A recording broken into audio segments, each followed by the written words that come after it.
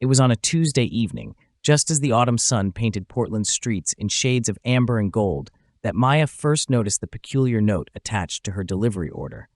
As a driver for Local Bites, she'd seen her share of special requests: extra napkins, ring twice, beware of cat.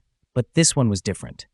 Please make it warm like the sunset stretching across Morrison Street right now. The order came from apartment 2B, perched above Powell's Books on Burnside. Maya found herself smiling as she climbed the narrow staircase, wondering what kind of person would write such a poetic request for simple pad thai. That evening marked the beginning of what Maya would later call the curious case of the literary orders. Every few days, like clockwork, new orders would appear from 2B, each with its own whimsical note, spicy enough to match the jazz playing from the cafe below, comforting like the sound of rain on my windowsill tonight, sweet and sour, just like the ending of the book I just finished. Maya began responding, leaving her own notes scribbled on delivery receipts. The curry was as golden as today's sunset. Your dumplings arrived with the first cherry blossoms. This soup should warm you up on this foggy evening. What Maya didn't know was that in apartment 2B, Sam Chen sat surrounded by post-it notes and laptop screens, frantically trying to meet a deadline for his first novel. As a food critic turned aspiring author, he was struggling to write an authentic story about finding love through food. His editor had called his first draft technically perfect, but lacking heart.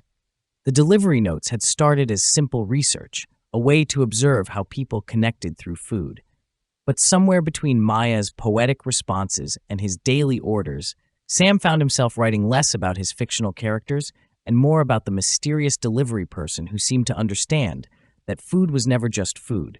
It was moments, memories, and possibilities. For 3 months, they conducted their dance of words and food. Sam ordered dishes that matched his moods, the weather, or the chapter he was writing. Maya spent her shifts crafting the perfect responses, sometimes driving past Powell's on her off days, wondering about the person behind the notes. Then came the order that changed everything.